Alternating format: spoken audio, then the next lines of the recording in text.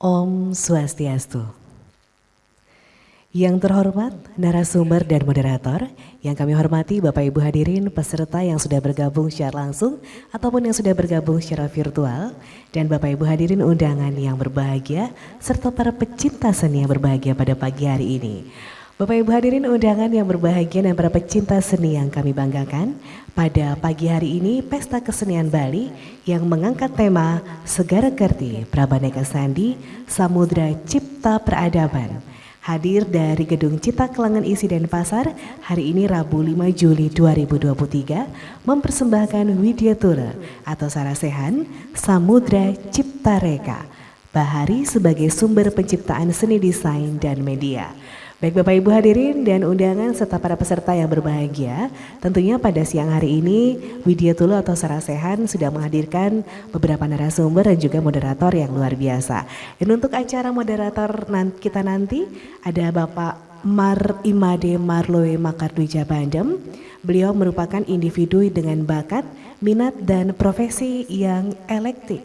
Selain sebagai pengurus Yayasan Widya Dharma Santi yang menaungi ITB Stikom Bali, Marlo turut mendirikan Arsip Bali 1928 untuk melestarikan dan menyebarluaskan dokumen dan artefak sejarah Bali di era tahun 1930-an. Marlo juga adalah sebagai bankir di mana ia mengelola aset keuangan dengan sangat teliti. Marlo juga menggali dunia seni elektronika dan seni digital yang dinamis, merangkul teknologi dan gaya seni baru, serta sering menampilkan karya-karya imajinatifnya di berbagai platform. Kini, Bapak Marlo juga tergabung dalam tim inti Quantum Temple yang beranggotakan ahli-ahli dari berbagai pelosok dunia. Untuk mengefektifkan acara kita pada siang hari ini, tentunya dengan tidak menunggu lebih lama lagi, langsung untuk acara pada siang hari ini akan dipandu sepenuhnya oleh moderator kita, Bapak Marlo Bandem. Dengan hormat, waktu dan tempat, kami silakan. Terima kasih Saudara MC. Om Swastiastu, semangat pagi, salam budaya Bhinneka Tunggal Ika, Dumogi Rahayu Sareng Senamian. Sekali lagi saya sampaikan terima kasih dan apresiasi setinggi-tingginya kepada semua hadirin yang telah bergabung baik secara luring maupun secara daring di Gedung Cita Kelangan Isi Denpasar pada sesi Widyatura atau Sarasehan terkait dengan Pesta Kesenian Bali yang ke-45 dengan tema Segara Kerti Prabaneka Sandi atau Samudra sebagai Cipta Peradaban. Dalam sesi Widyatura pada pagi hari ini kita akan menghadirkan dua narasumber yang merupakan pakar-pakar dalam bidang masing-masing khususnya desain komunikasi dan visual. Dan kita pada pagi hari ini akan mengangkat tema Segara sebagai sumber penciptaan seni desain dan media.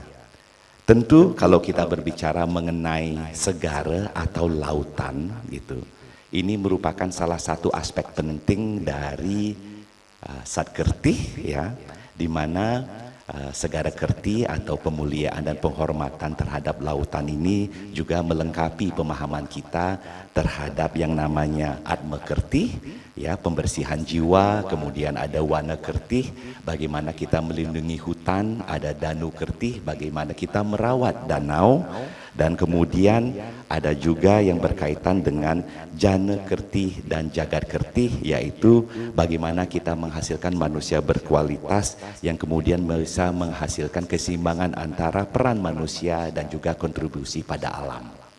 Nah, Satkerti gitu merupakan salah satu aspek penting dari visi pembangunan Bali, yaitu Nangun Satkerti Loka Bali atau pola pembangunan semesta berencana menuju Bali era baru yang telah dicanangkan oleh Bapak Gubernur Dr. Insinyur Wayan Koster.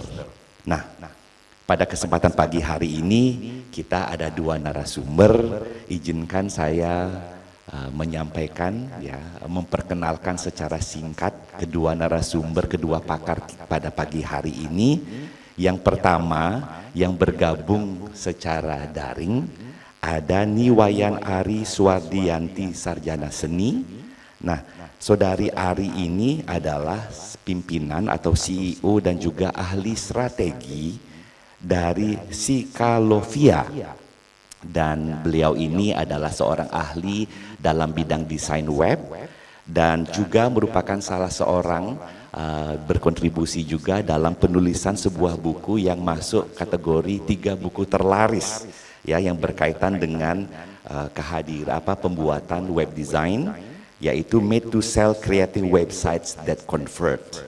Nah, melalui interaksinya, kemudian dengan Interaction Design Foundation dan juga Chicago Innovation, Saudari Ari ini telah banyak sekali membantu publik khususnya wanita ya dalam hal-hal yang berkaitan dengan personal branding atau meningkatkan jenama pribadi, kemudian ada juga dalam memajukan karirnya dan terutama pada bidang kewirausahaan.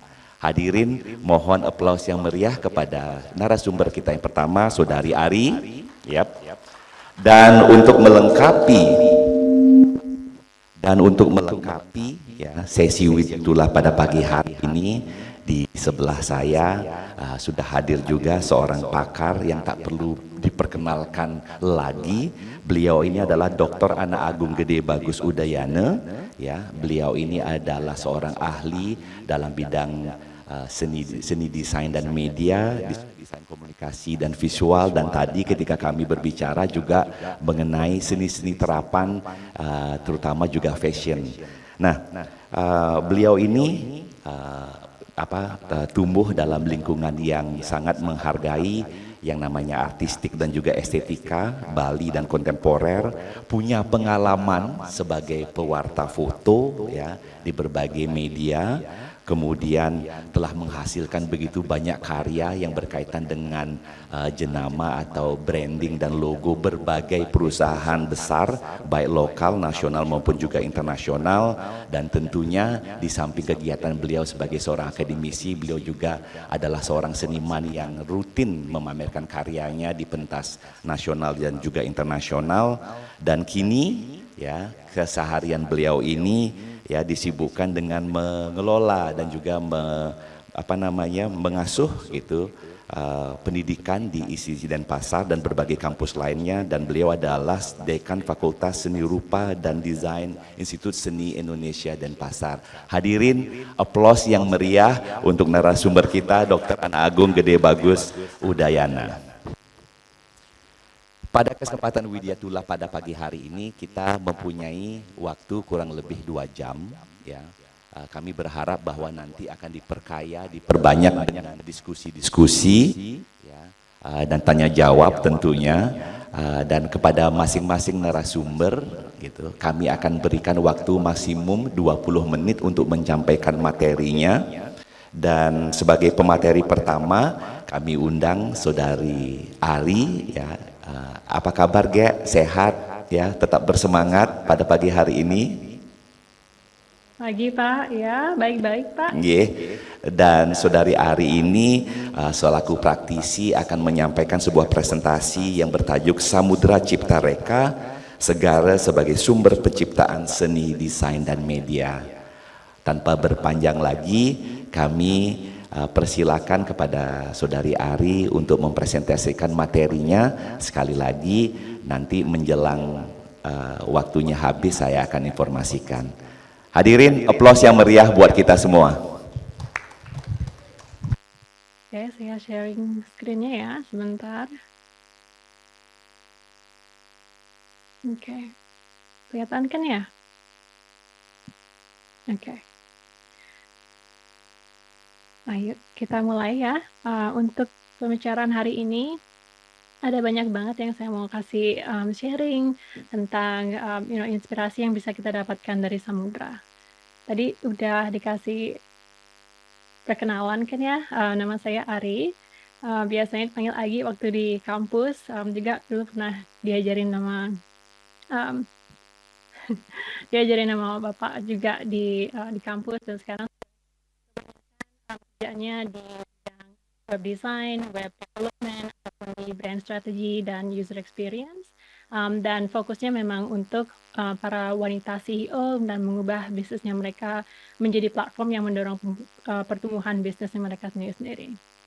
Nah, kebanyakan klien kita ada yang dari Google, ada yang dari Sephora, Verizon juga ada, dan kebetulan waktu ini kita juga dapat kerjaan dari Adobe, dan kemungkinan besar juga bakal ada kerjaan untuk membuat proyek dengan web design dengan Toyota. Nah, selain itu, hari ini saya sih maunya kasih inspirasi tentang alam ya. Kita dikelilingin dengan samudra ya. Saya gedenya di Bali, kan seneng banget ke pantai. Dan kalau misalnya lihat di pantai ataupun lihat bisnis-bisnis yang ada di Bali, semuanya pasti ada inspirasi dari laut juga kan ya. Nah, kalau menurut saya alam tuh telah menjadi sumber inspirasi bagi kita semua yang ada di Indonesia ataupun yang memang juga ada di Bali. Tapi di sini sekarang di Chicago, saya juga masih dikelilingin dengan samudra. Walaupun nggak langsung dari lautnya, tetap ada yang namanya Michigan Lake. Itu gede banget kan lake-nya di sini di Chicago. Dan itu juga menjadi sumber inspirasi untuk beberapa bisnis-bisnis yang ada di Chicago juga. Dan saya bakal kasih beberapa inspirasi dan juga proyek yang saya kerjakan pas ada di Chicago ini. Nah, untuk presentasi ini dan pada hari ini, saya ingin invite semuanya menjelajahi bagaimana sih alam dapat mempengaruhi dan membangkitkan ide-ide kreatif dalam desain dan media, serta melihat bagaimana prinsip-prinsip alam dapat kita terapkan dalam karya kita sendiri. Kita mulai langsung ya. Oke. Nah, saya bagikan jadi 3 untuk hari ini. Branding with Ocean Vibe, menciptakan identitas merek yang terinspirasi dari samudra. Terus yang nomor 2 ada animating the depth, right? Konsep samudra dalam design motion dan juga dalam animasi. Dan yang ketiga ada designing for sustainability. So, kita melihat konservasi laut melalui desain grafis, kayak gimana sih contoh-contohnya, kita bisa bareng-bareng. Dan bonus untuk hari ini, saya ada project sampel yang bisa saya sharing dalam proyek yang saya kerjakan dengan tim saya, namanya Wave Talent, dan juga ada Katie Fleming Therapy. Oke, yang pertama, branding with ocean vibes. Biasanya kalau kita lihat branding-branding yang dengan tema laut ataupun dengan tema ocean vibes itu di keliling kita, pasti ada yang bergambar gelombang ataupun dengan warna-warna yang dalam biru ataupun misalnya di dalamnya itu ada konsep nauticalnya gitu kan ya. Nah, kalau samudra dengan keindahan dan kekuatannya itu seringkali mendorong kreativitas kita karena kita dikelilingin dengan begitu banyaknya keindahan dari samudra. Nah, untuk konteks menciptakan identity merek biasanya kita bisa memanfaatkan beberapa bentuk dari samudra, biasanya dalam bentuk warna ataupun dalam bentuk grafis dan juga dalam bentuk simbol-simbol lainnya. Contohnya nih ya, biru laut dalam artiannya bisa menciptakan ketenangan dan juga kepercayaan. Sementara gelombang, contohnya bisa kita rujukan pada gerakan dan perkembangan. Jadi kan setiap konsep ini ada artinya gitu kan ya. Setiap grafis ataupun aset yang kita kerjakan dalam setiap desain itu pasti ada artinya sendiri. Konsepnya apa?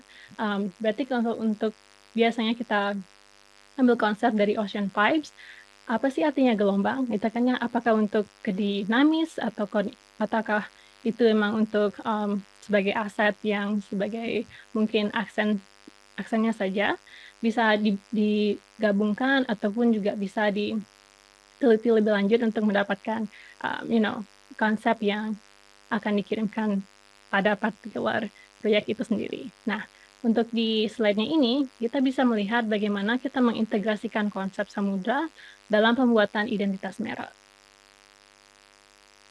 Untuk yang kedua, animating the depths. Ini ada video yang mau saya putarkan di sini sebentar ya. Oke. Untuk animasi, biasanya kan kita ada banyak ya untuk menginspirasi dari lautan itu karena untuk samudra sendiri menawarkan adegan dan fenomena yang bisa mengagumkan inspirasi kita sendiri. Dalam motion itu ada banyak yang bisa kita ambil dalam gerakan ataupun juga dalam gelombang yang berirama dan menciptakan perasaan yang ada alirannya atau penggerakannya itu sendiri.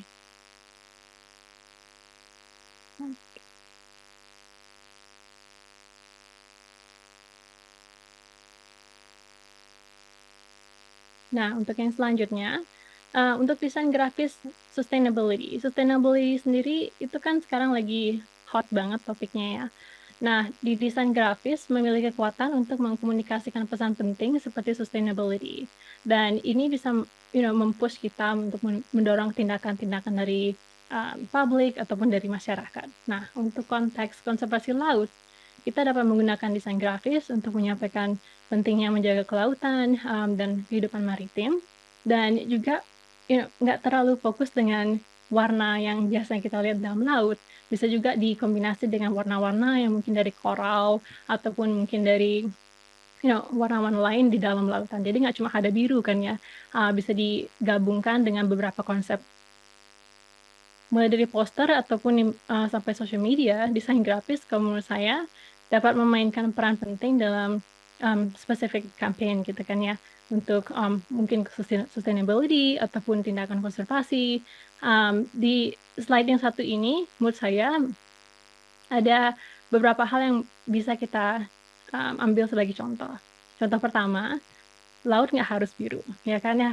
Laut bisa aja digabungkan dengan warna-warna lain, contohnya tadi dalam bentuk koral ataupun mungkin dalam bentuk warna lain yang mungkin dari warna-warna alam yang di dalam lautan, mungkin warna yang dari ikan-ikan yang ada di lautan ataupun bentuk kehidupan lain yang ada di dalam samudera. Nah, untuk proyek sampel saya ada 2. Satunya itu dari Wave Talent. Konsep desain yang saya ambil di proyek ini lebih ke wave-nya. Jadi nama wave proyek ini adalah gelombang, ya kan ya. Jadi mereka mengambil namanya, merek namanya mereka Wave, dan untuk mengkombinasikan konsep proyeknya, mereka ingin menggabungkan sesuatu yang dari alam. Dan contohnya ini langsung kita ambil dari gelombang ombak. Jadi sesuai dengan nama merek mereka, Wave atau gelombang, kita gabungkan di bagian grafisnya mereka. Jadi kalau misalnya bisa dilihat dalam beberapa grafisnya, ada kayak gelombang aset yang kita buat untuk desainnya mereka di one pager ini. Oke, dan yang kedua, saya ada proyek sampel dari Fleming Family Therapy. Jadi pas kita kerjain brand identity ini, konsep desainnya ada 3 kan ya, guyuran ombak, terus Danau Michigan yang kita punya di sini di Chicago, dan juga area pantai utara Chicago. Jadi ketiga konsep ini kita gabungkan untuk family terapinya Miss Fleming, dan Miss Fleming bilang konsepnya memang harus diambil dari ketiga bahan ini, guyuran ombaknya, karena kita ada lokasinya di dekat Danau Michigan, dan juga di area pantai utara Chicago. Jadi semuanya langsung digabungkan untuk konsepnya untuk Fleming Family Therapy. Oke, nah untuk elemen grafis yang terinspirasi dari samudra, saya ada 5 tips. Bahan-bahan yang bisa kita lihat tuh ada 5 ya. Satunya gelombang, warna samudra, kehidupan laut, simbol nautikal, dan juga tekstur pasir atau batu. Nah, satu-satunya saya bakal sharing nih. Gelombang, kalau misalnya motif gelombang ataupun pola gelombang dapat digunakan dalam berbagai desain, baik itu jadi latar belakangnya, jadi garis pembatas, ataupun elemen utama dalam desain. Mereka ini bisa dipresentasikan sebagai gerakan, sebagai perubahan, ataupun untuk mengidentifikasikan kedalaman. Untuk warna samudra itu kan bisa beragam kan ya, mulai dari biru, biru muda, hingga biru tua, ataupun juga bisa ngambil hijau laut yang digunakan untuk menciptakan suasana yang tenang atau suasana damai pada desain sendiri-sendiri.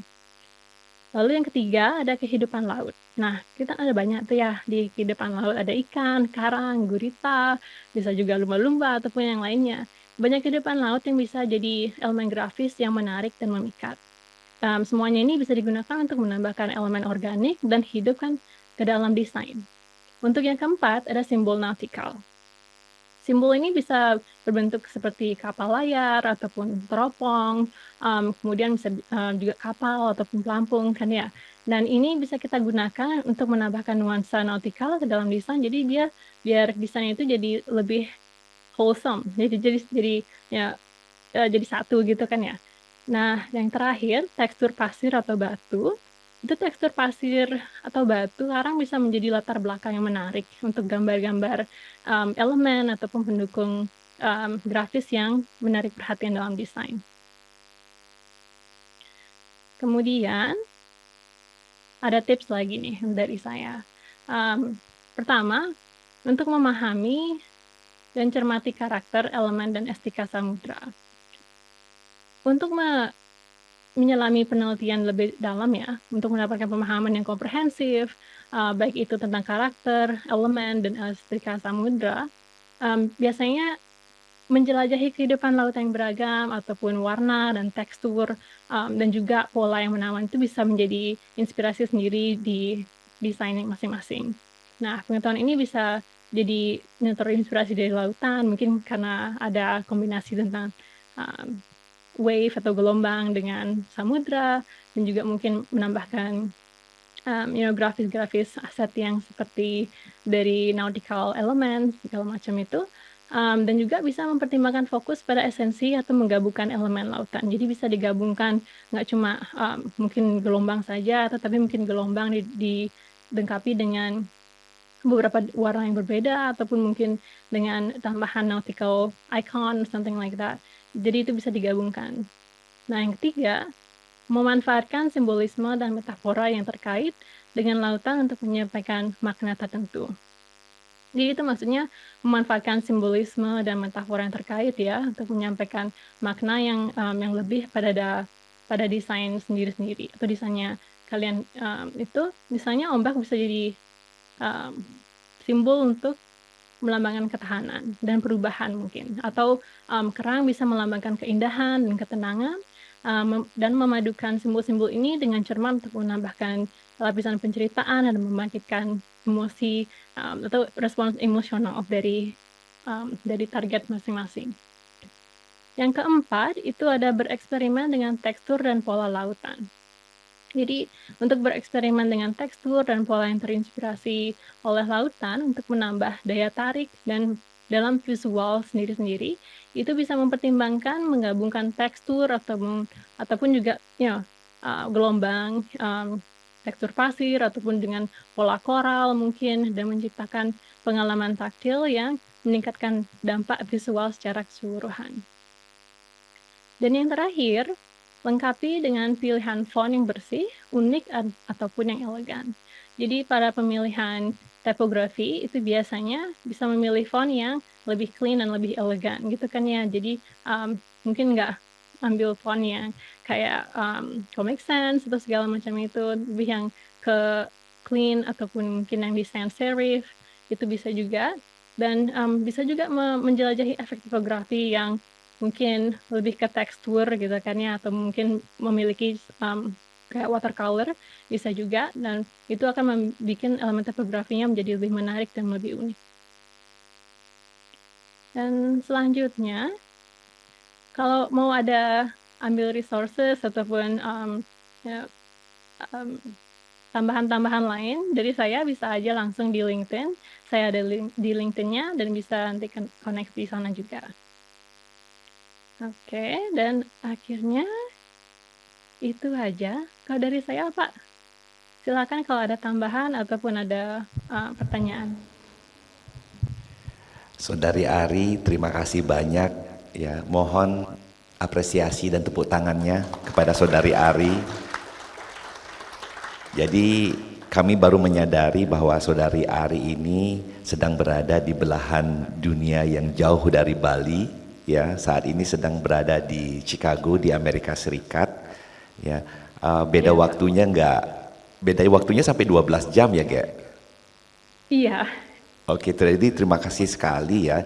Pemaparannya menarik sekali dan perspektif dari seorang praktisi ya, yang kemudian mengolah konsepnya dan sekaligus kemudian menerapkannya dalam karya-karya ini, khususnya yang dirangkum dalam tips and tricks tadi, sangat bermanfaat bagi kami. Tentunya akan banyak sekali ada pertanyaan dari rekan-rekan yang telah tergabung secara luring di Cita Kelangan Isi Denpasar ini. Namun kita akan lanjutkan dulu kepada narasumber yang kedua. Dan ini menarik sekali gitu ya, bahwa perkembangan teknologi informasi dan komunikasi dan juga globalisasi ini telah merubah lanskap kehidupan kita ya. Jadi Widyatullah hari ini gitu ya, yang juga berlangsung dari kejauhan gitu, itu semua bisa terakomodasi melalui perkembangan dan juga kemajuan TIK.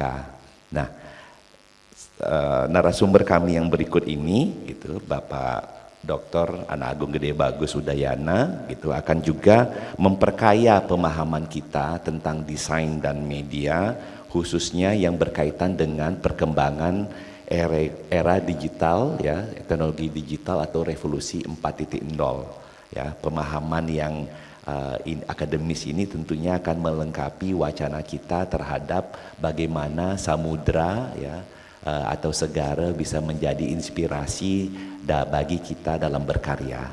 Hadirin, aplaus untuk Bapak Dr. Anak Agung Gede Bagus Udayana. Silakan.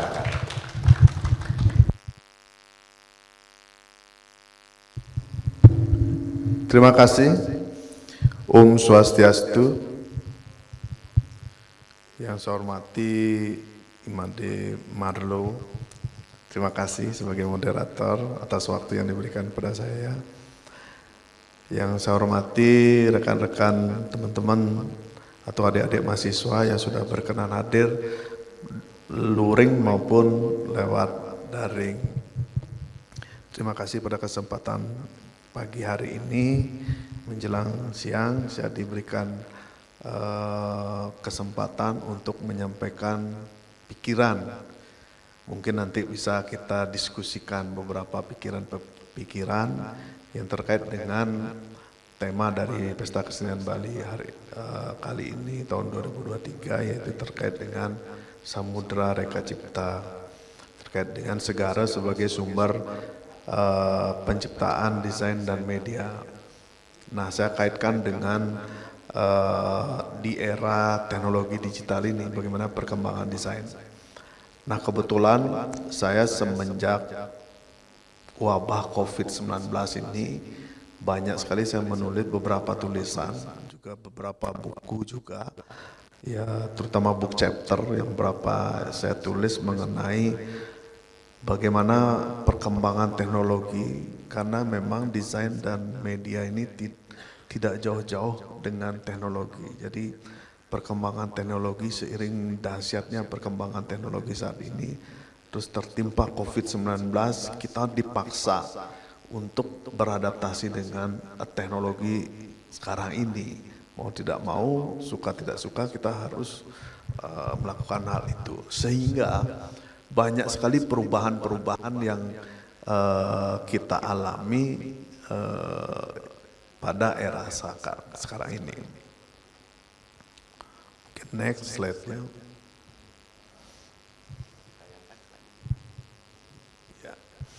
Next ya. Oke. Jadi seiring perkembangan teknologi saat ini, di mana desain dan media mengalami perubahan yang signifikan, konvensional menuju digital. Jadi itu yang terjadi saat ini. Saya ada tulisan saya ajukan dalam seminar internasional, itu termuat dalam proceeding internasional. Itu kemarin saya meriset terkait dengan perkembangan desain. Jadi dulu sebelum wabah COVID-19, seorang desainer harus bertemu dengan klien, mempresentasikan di depan klien, presentasi untuk desainnya. Itu dulu sebelum COVID-19. Nah, di masa COVID-19 dia mengalami kemerosotan, karyawannya nggak bisa digaji dan lain sebagainya. Nah, di situ dia bisa bangkit dari COVID-19 itu. Itu hasil riset ya. Saya wawancara beberapa desainer di Bali terutamanya, dia bangkit dengan merombak lagi yang dulunya konvensional menjadi via digital. Karena dia beranggapan bahwa COVID-19 ini adalah wabah penyakit, bukan krisis moneter. Jadi orang masih punya duit untuk membeli sebuah desain, bukannya tidak punya duit, tapi karena wabah COVID dia harus menjaga jarak, membatasi berkomunikasi dengan orang. Jadi itu yang problem. Nah, berubahlah konvensional itu menjadi digital. Dan desain pun mengalami perubahan. Semua desain akan berubah, sama dengan desain interior. Dulunya satu meja makan adalah 4 tempat duduk yang kotak. Dia berubah menjadi 2. Jadi desain punya kerjaan baru lagi. Jadi terciptalah peluang-peluang desain itu. Misalnya kita lihat ada rekan kita yang mendapatkan proyek di Grab. Grab itu dulu hanya Grab tulisannya. Sekarang udah isi Grab itu sudah mengikuti protokol kesehatan, sudah di ini. Jadi promosinya pun baru. Jadi kita mendapatkan proyek-proyek baru sebenarnya. Begitu perubahan, banyak perusahaan-perusahaan dunia yang merubah media promosinya, yang merubah desain-desain interiornya dan merubah desain semuanya, sehingga kita berpeluang untuk mendapatkan pekerjaan baru. Dan di sanalah teman-teman desain mengalami juga kenaikan yang signifikan. Jadi ada wabah yang mungkin pariwisata kita merosot, tapi desainer mengalami peningkatan yang signifikan penghasilannya seperti itu. Sampai dia sekarang karyawan yang dulu di apa namanya tidak bisa digaji, sekarang udah nambah karyawan lagi. Itu hasil riset saya tahun 2020 ya, seperti itu. Jadi itu perkembangan teknologi, dahsyat teknologi itu. Jadi semenjak COVID itu kembali kita semua masyarakat melek terhadap digital itu kan, seperti itu, sehingga semuanya pun akan dilakukan via digital. Nah, dalam era sekarang ini itu pun banyak media atau banyak desain yang dulunya ada sekarang tidak ada. Yang dulunya tidak ada sekarang berkembang pesat banget. Banyak yang hilang perusahaan atau kreatif industri yang hilang, banyak kreatif industri yang bermunculan tanpa kita duga, tanpa kita prediksi sebelumnya. Ya contoh yang paling fasih kita dengar kan Gojek itu kan, misalnya seperti itu sudah. Saya contoh. Coba teman-teman rasakan, contoh misalnya dulu kita diperkenalkan dengan floppy disk, sudah itu disket, sudah itu CD-ROM, sekarang mulai hilang kan. Terus flash disk pun akan hilang dengan bermunculan namanya cloud, penyimpanan secara digital seperti itu. Terus terang aja, coba adik-adik rasakan sekarang ini. Udah jarang pakai flash disk kan, pasti nyimpannya di Google Drive dan lain sebagainya. Seiring perkembangan ini, coba rasakan kehidupan sekarang kita, kehidupan digital sekarang kita. Dulu baru bangun pagi, adik sudah ngidupin TV. Sekarang enggak, bangun pagi kita ngambil HP, kita lihat email, kita lihat Facebook, kita lihat Instagram kita lihat ini. Atau ada ibu-ibu rumah tangga bangun pagi jam 5 dia sudah live di Instagram atau live di mana jualan dia, ya kan? Sekarang ibu-ibu pagi-pagi nggak ke pasar lagi, tapi jualan dia. Kita lihat seperti itu. Jadi itulah perubahan dunia konvensional menuju ke dunia digital. Mungkin next. Nah, saya mengutip bukunya, sebuah buku mengenai teknologi, bahwa penduduk Indonesia hampir ini tahun 2020 ya, 120 juta jiwa menggunakan jaringan internet, 37%. Tapi sekarang mungkin sudah meningkat ya, ini karena ini riset tahun 2020, jadi datanya tahun 2019. Udah itu per detiknya atau per menitnya itu media yang dibuka adalah seperti Facebook, WhatsApp, Instagram dan lain sebagainya. Itu data yang saya dapatkan, bahwa sebegitu dahsyatnya masyarakat sekarang menggunakan teknologi digital itu. Apalagi perkembangannya akan menuju 5G sekarang kan, dari 4G ke 5G itu kecepatannya sangat dahsyat banget. Dulu kita lewat WA ngirim 5 mega aja sudah susah kan. Sekarang 20 mega lewat WA, WhatsApp sudah memungkinkan hal itu. Jadi ilustrasi yang saya tampilkan ini sekarang kita adalah kita diinikan oleh orang buta kan. Jadi Anda jalan, Anda lihat HP kan seperti itu. Karena semua sudah menggunakan teknologi HP yang 5G itu. Jadi itu yang terjadi, yang kita rasakan saat ini di era ini. Begitu juga dengan media dan desain yang sangat berkembang. Itu menjadi perkembangan. Kita lihat, janganlah jauh-jauh, kita lihat yang mendaftar di isi Denpasar aja. Jadi desain selalu yang nomor 1, selalu jauh berkembang ya pendaftaran itu. Ini membuktikan bahwa sekarang udah mulai orang untuk bisa bekerja di bidang itu. Karena kita memang bekerja di industri kreatif yang tidak habis-habisnya. Ya kan? Coba kita lihat otak kita kira-kira berapa giga, kan tidak terbatas giganya. Berbeda kita dengan Google Drive yang kalau langganan yang gratisnya cuma 15 giga aja kan. Sisanya kita harus berbayar dan lain sebagainya. Tapi otak kita industri kreatif ya terus akan maju. Maka dari itu berbanggalah Anda menjadi orang yang bekerja di bidang di industri kreatif. Selanjutnya, oke.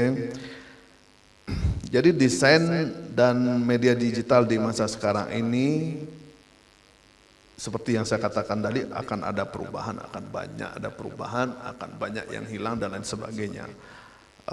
Bermunculan platform digital. Dengan bermunculan platform digital, kita sekarang ini orang desain dan orang media tidak lagi berhubungan dengan klien. Dulu ingat saya berhubungan dengan klien, mempresentasikan dengan klien, janjian jam 8 harus ke misalnya ketemunya di Gianyar kita presentasi atau di Karangasem kita ke sana kan pagi-pagi buta kan seperti itu. Sekarang sudah enggak, melalui media digital.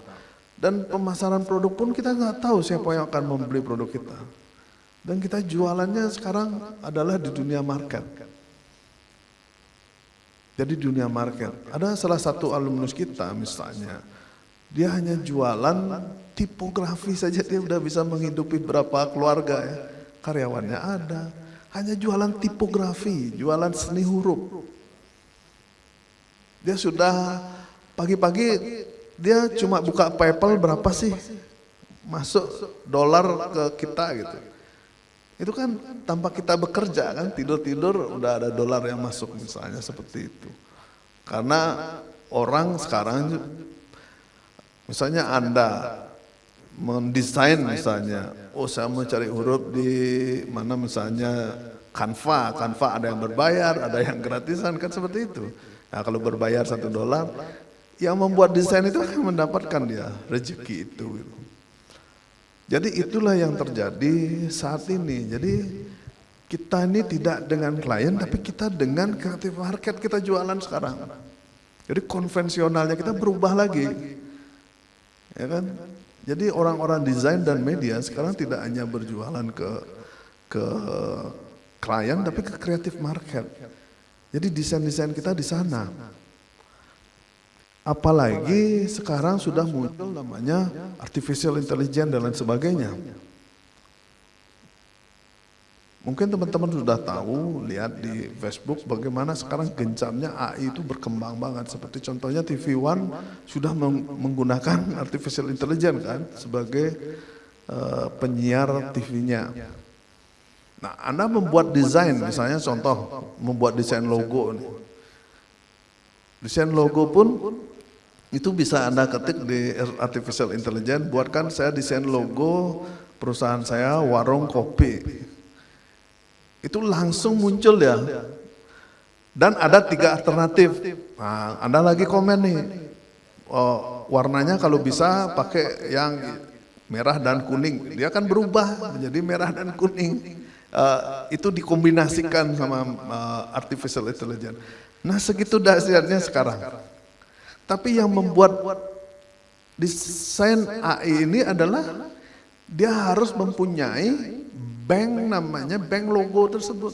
Nah, kita lah orang-orang desain menjualnya ke industri itu gitu. Jadi seperti itu sekarang, dan masyarakat pun membelinya melalui artificial intelligence itu. Jadi gitu. Ke depan ya prediksi yang saya lihat sekarang ini. Nanti bisa didiskusikan beberapa pernyataan-pernyataan yang saya sampaikan pada teman-teman.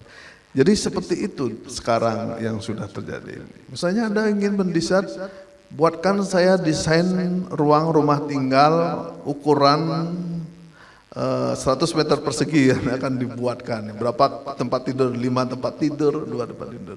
Dengan gaya minimalis ya, artificial intelligence akan membuatkan denah.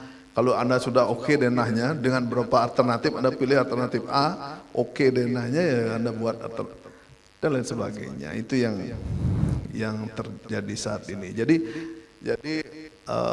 desainer sekarang akan mulai membuat sebuah stok-stok desain, stok-stok tipografi dan lain sebagainya yang kita lihat. Jadi beberapa alumnus kita jualan ilustrasi aja bisa itu. Jangankan jualan desain ya. Desain kalau kita ngomong desain komunikasi visual ya, kebetulan bidang saya desain komunikasi visual. Desain komunikasi visual kan terdiri dari warna, ilustrasi, tipografi. Nah, orang jualan ilustrasi aja bagian dari DKV udah bisa hidup. Jualan tipografi aja udah. Tipografi ini kalau saya lihat ya, alumnus kita tipografinya sudah kemana-mana. Dia tinggal jalan-jalan, oh ini tipografi, jalan-jalan dia ke Thailand, oh ini tipografi punya saya nih dipakai. Seperti itu terjadi, ya kan? Saya juga punya teman yang sekarang di bidang printing misalnya contoh ya, di bidang printing, kliennya orang Amerika, dia buat sebuah label minuman. Kliennya orang Amerika nggak pernah ketemu dia, ya via Zoom meeting sekarang seperti itu kan, meetingnya via Zoom. Udah itu dengan email dan lain sebagainya. Membuat dia desain, cetaknya di Cina. Jadi filenya itu dikirim ke Cina. Untuk dicetak diperbanyak kalau sudah oke desainnya, proofnya udah oke, dicetak di Cina. Selesai dicetak langsung dikirim ke Amerika. Nah berbeda dengan dulu, kalau dulu saya dapat proyek membuat desain brosur gitu misalnya, saya cetak di sini, misalnya di daerah Bali lah, cetak, proof bawa ke klien lagi, ACC proof, udah itu baru kita cetak perbanyak seperti itu. Udah itu kita ambil cetakannya, bayar, kirim ke klien, dapatlah kita fee dari klien itu. Kan seperti itu dulu, sekarang sudah enggak. Perkembangannya begitu dahsyat ya, perkembangan baru. Oke lanjut. Nah ini desain dan media saat ini seperti saya bilang, kecanggihan teknologi sekarang ini sudah berkembang. Ada namanya artificial intelligence yang saya ceritakan tadi, terus ada namanya Internet of Things, ya, IoT, ada realitas virtual reality, realitas tambahan, augmented reality dan lain sebagainya. Sudah sangat berkembang. Ya. Kemarin saya lihat sekarang pertarungan karate sudah menggunakan augmented virtual reality. Jadi pakai ini dia sudah tidak bertarung lagi dia. Tapi dengan ini tapi dia pada berdua bertarung. Beda-beda dia. Kalau kena ya kena dapat poin secara digital. Jadi kalau karateka dulu kan bertarung benar-benar bertarung ya, bisa sakit. Saya lihat orang bertarung karate di sini kebetulan anak saya ikutin taekwondo kemarin ikut bertarung, ada yang pingsan tuh harus ada ambulan. Nah sekarang dengan virtual reality orang bertanding karate taekwondo itu sudah enggak kena ini, tapi dengan virtual terasa kena dia. Jadi kedua petarung ini menggunakan virtual reality dia seperti itu. Itulah yang terjadi yang saat ini. Jadi ada beberapa aspek yang bisa kita lihat dalam era ini. Desain berbasis AI, desain UX juga penting saat ini, UA dan UX. Dan desain data drive yang saya bilang tadi, kita sudah tidak lagi drive itu sudah dunia maya. Nah kebetulan juga komputer pun ya kita sudah ingin mencoba nih sekarang kebetulan karena saya memimpin fakultas, karena kesusahan kita membeli karena kita dibatasi oleh produk, kita mencoba namanya membeli cloud namanya. Cloud. Jadi cloud komputer yang canggih kita letakkan di cloud. Kita sewa cloud misalnya dengan 5 komputer dengan spesifikasi yang VGA-nya berapa, kita bisa pilih tuh di cloud. Nah, kalau kita membuat desain atau ngerender dengan tenaga yang begitu rendernya begitu tinggi, kita tinggal unggah ke cloud, dan komputer yang di cloud lah yang bekerja dia, membuat render itu. Nah kita akan mencoba seperti itu juga saat ini gitu. Jadi itulah yang terjadi dalam dunia teknologi yang saat ini sudah berkembang. Nah, itu di media di era saat ini digital. Tapi seiring dengan itu tema dari Pesta Kesenian Bali ini bagaimana Segaro ini sebagai penciptaan desain. Seperti yang sudah mungkin tadi yang pembicara pertama, kebetulan alumnus kita juga di ISI Denpasar, itu sudah banyak berbicara bagaimana menciptakan sebuah desain-desain itu. Jadi pada intinya tema Segaro ini kalau saya selaku desainer komunikasi visual sudah fase lah kita menggunakan bahwa tema-tema Segaro ini dari bagian dari desain kita ya. Riset saya mengenai media promosi kemarin, saya juga sudah menemukan yang saya temukan di Garuda, di TV-nya Garuda itu media promosi yang digunakan untuk Bali itu adalah dia kaitan dengan ada upacara yang orang mepet itu di Segara. Jadi Segara itu udah dekat lah dengan kalau kita promosi pariwisata di Bali. Jadi rata-rata adalah desainnya, media promosinya, kalau menggunakan ilustrasi fotografi ya Segara lah dipakai paling menjual, kalau saya bilang paling menjual untuk promosi pariwisata, terutamanya promosi pariwisata di Bali. Nah, beberapa inspirasi yang bisa kita ambil dari apa namanya, dari sebuah desain yang idenya kita ambil dari Segara itu bisa dari inspirasi warna. Jadi warna Segara itu sangat banyak. Coba Bapak Ibu atau teman-teman foto tuh sunset di Kuto, begitu hasil jadi foto Anda akan dahsyat melihat warna-warna, bisa ada warna ungu, bisa warna ini. Jadi kenapa mungkin ya tamu nyaman dia di Kuto melihat sunset itu karena memang saya sudah merasakan berapa kali saya menciptakan sebuah fotografi di ini bersama teman-teman juga, adik-adik mahasiswa saya ajak motret di sana. Memang pada waktu sunset itu di Kuta itu muncul beraneka ragam warna di sana. Jadi warna mungkin biasan sinar matahari terkena air laut itu memunculkan beberapa warna. Ada warna ungu dan lain sebagainya. Itu sangat dahsyat. Jadi itu bisa digunakan untuk kombinasi warna dalam slide berikutnya. Oke, kombinasi warna dalam sebuah desain, baik itu desain interior dan lain sebagainya, untuk cat temboknya dan lain sebagainya. Jadi kombinasi warna itu di dalam namanya sunset di Segara dibandingkan sunset di misalnya kita lihat sunset di pegunungan ya seperti itu ya berbeda dia. Munculnya warna seperti itu. Sunset itu kalau muncul itu ya kalau sudah terang ya, kalau masih ya ada mendung-mendung itu tidak akan menemukan warna-warna yang dahsyat seperti itu. Coba teman-teman yang di bidang fotografi mencoba merekamnya terutama pada waktu cerah sekali, apalagi pada waktu bulan purnama. Yaitu waduh, keluarnya tuh mantap, karena saya sudah beberapa kali mengalami itu. Saya pernah mendapat proyek di daerah Kuto untuk memotret sebuah villa, saya menunggu itu sampai 4 kali saya. Pertama mendung, batal. Berarti 4 kali saya visit ke villa tersebut. Akhirnya dapat dan memang warnanya muncul. Pada waktu itu kan masih konvensional ya, saya motretnya pada waktu itu adalah masih menggunakan film slide namanya.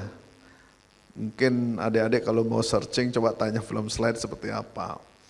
Film slide itu ya langsung dia jadi di slide itu. Kalau over ya over. Jadi dulu itu kita harus betul-betul akurat dalam mengukur cahaya yang akan kita gunakan untuk merekam sebuah gambar.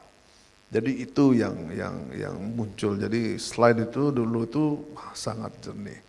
Karena slide bagus untuk desain. Karena nanti foto itu akan digunakan untuk media billboard yang besar itu. Jadi dengan slide yang isunya rendah itu tidak akan pecah, dia dicetak ukuran besar. Nah, kalau sekarang teknologinya sudah berkembang sampai 200 pixel sudah ada kan, ya nggak masalah. Kalau dulu masih dengan konvensional ya, kalau kita bicara dengan konvensional, sangat jauh sekarang ini ya. Karena saya sangat mengalami gimana konvensional digital. Kalau adik di era milenial ya sekarang ini, atau generasi Z ini sudah nggak pernah mengalami konvensional. Jadi saya mengalami dari generasi saya sampai generasi Z ini. Jadi dulu bagaimana kita membuat sebuah gambar secara konvensional, sekarang menggambar dengan cara-cara digital.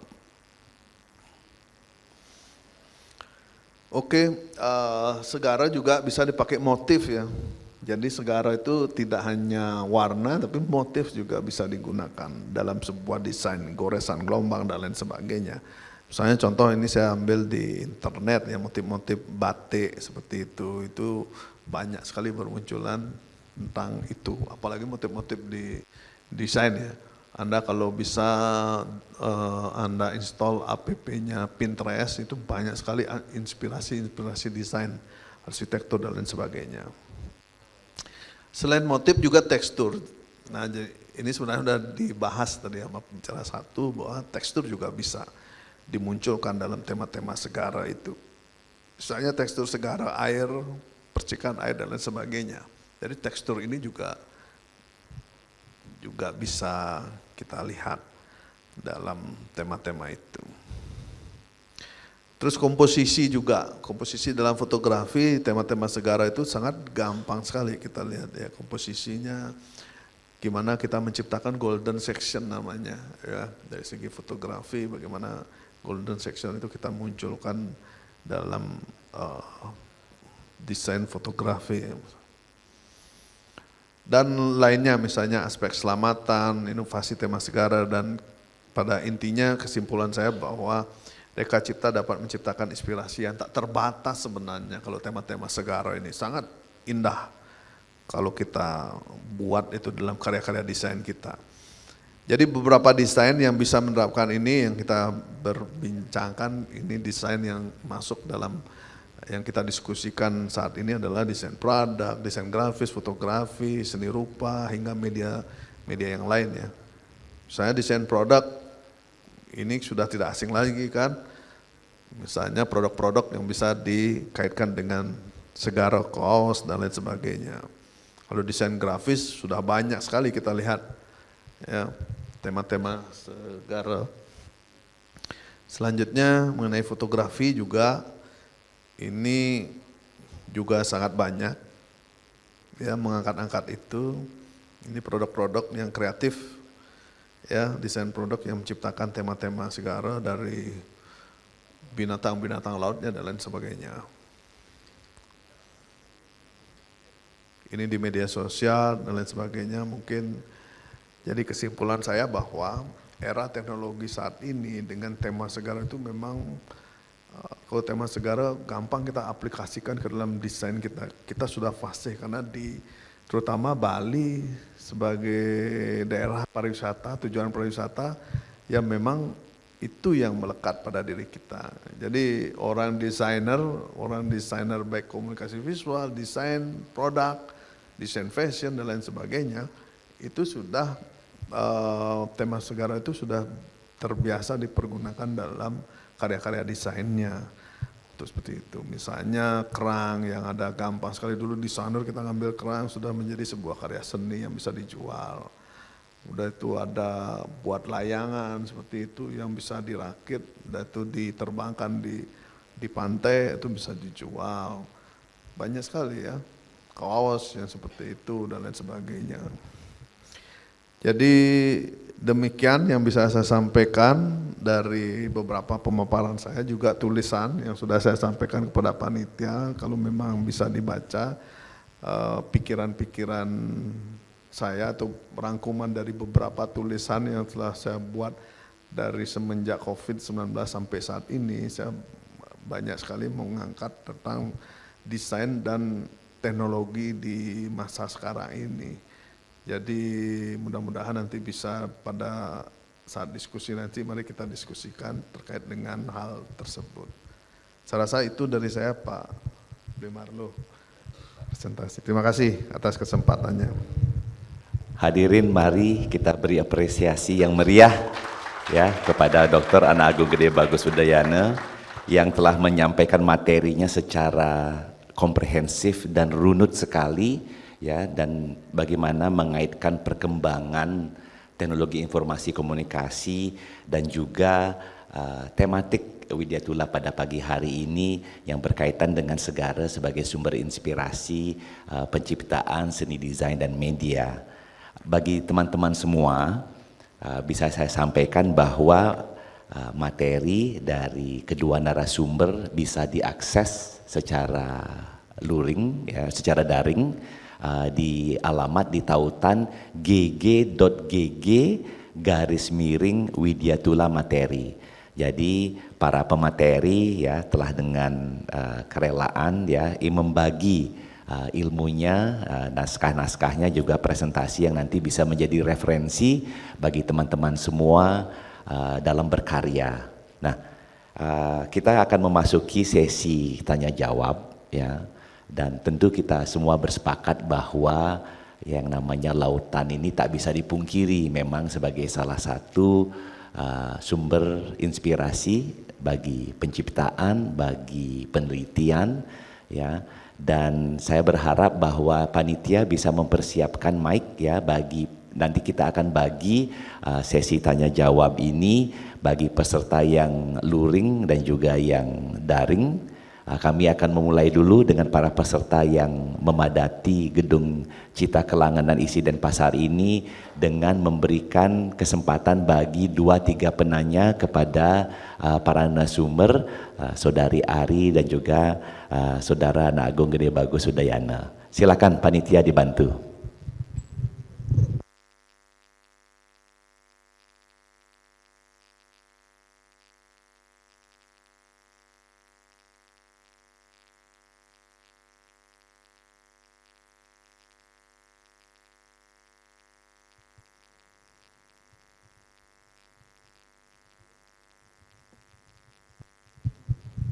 Silakan Bapak, mohon disampaikan nama dan juga institusi. Berikut pertanyaannya kepada narasumber. Ya, kami berharap ada pertanyaan kepada kedua narasumber dari Bapak. Terima kasih. Baik, terima kasih atas waktunya. Saya Sudike dari Isi Denpasar. Saya sebenarnya ingin sharing sedikit, menyampaikan mungkin pendapat dari Pak Gung sebagai akademisi dan Ari sebagai praktisi mungkin. Sesuai dengan tema dari Widyatula ini adalah Bahari sebagai sumber penciptaan seni desain dan media. Jadi saya sudah lihat tadi beberapa contoh media-media yang ditampilkan.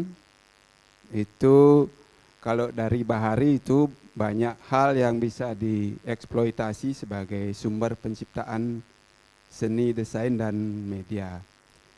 Ada beberapa atau banyak hal dari Bahari, misalnya ada ombaknya, ada pasir lautnya, ada ikannya, dan lain sebagainya. Jadi itu bisa dipakai sebagai inspirasi yang bisa ditampilkan dalam sebuah media. Yang belum saya lihat dalam sebuah media itu tadi, itu adalah bagian dari penciptaan sebuah huruf, karena tadi hanya kelihatan lebih banyak menggunakan ilustrasi fotografi atau pemilihan warna-warna yang ada di laut, yang dominan pemilihannya warnanya biru sebagai latar belakang. Nah, kebetulan tadi banyak disinggung tentang tipografi, jadi apakah mungkin dalam menampilkan atau inspirasi yang ditampilkan dalam sebuah media itu misalnya ke dalam bentuk huruf. Misalnya hurufnya kita buat huruf custom atau istilahnya huruf berkarakter yang diambil dari bahari tersebut. Mungkin ada beberapa pemikiran dari Pak Agung dan Ari sebagai praktisi dan sebagai akademisi. Bagaimana kita bisa menampilkan hal seperti itu. Terima kasih. Luar biasa, terima kasih Pak Sudike ya. Dan ini berkaitan dengan keinginan beliau untuk meminta contoh atau referensi terkait dengan apa yang telah disampaikan oleh narasumber berkaitan dengan pemanfaatan aksara atau tipografi. Tapi sebelum kemudian oleh kedua narasumber, saya akan berikan satu kesempatan lagi bagi peserta yang hadir di ruangan ini untuk memberikan pertanyaan. Silakan.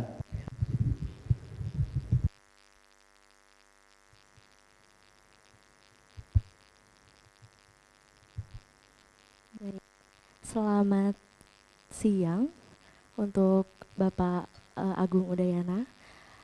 Jadi saya Ayu Adianti, saya alumni Desain Mode ISI Denpasar dan saat ini sedang akan menempuh pendidikan di Pasca S2 Desain. Mungkin tadi sudah dibahas mengenai desain dan media, ya Bapak. Kita ketahui bahwa sejalan dengan pesatnya perkembangan teknologi, aktivitas manusia saat ini memang semakin banyak untuk menggunakan desain based on digital. Jadi apa-apa lebih ke digital. Dalam hal ini banyak desain-desain khususnya desain fashion yang dipublikasi di media. Itu digunakan sebagai media promosi atau portfolio.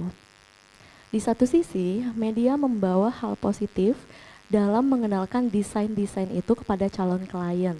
Tapi di satu sisi juga banyak yang mengcopy atau menjiplak desain kita tanpa izin. Karena mudahnya mengakses desain itu di ruang publik.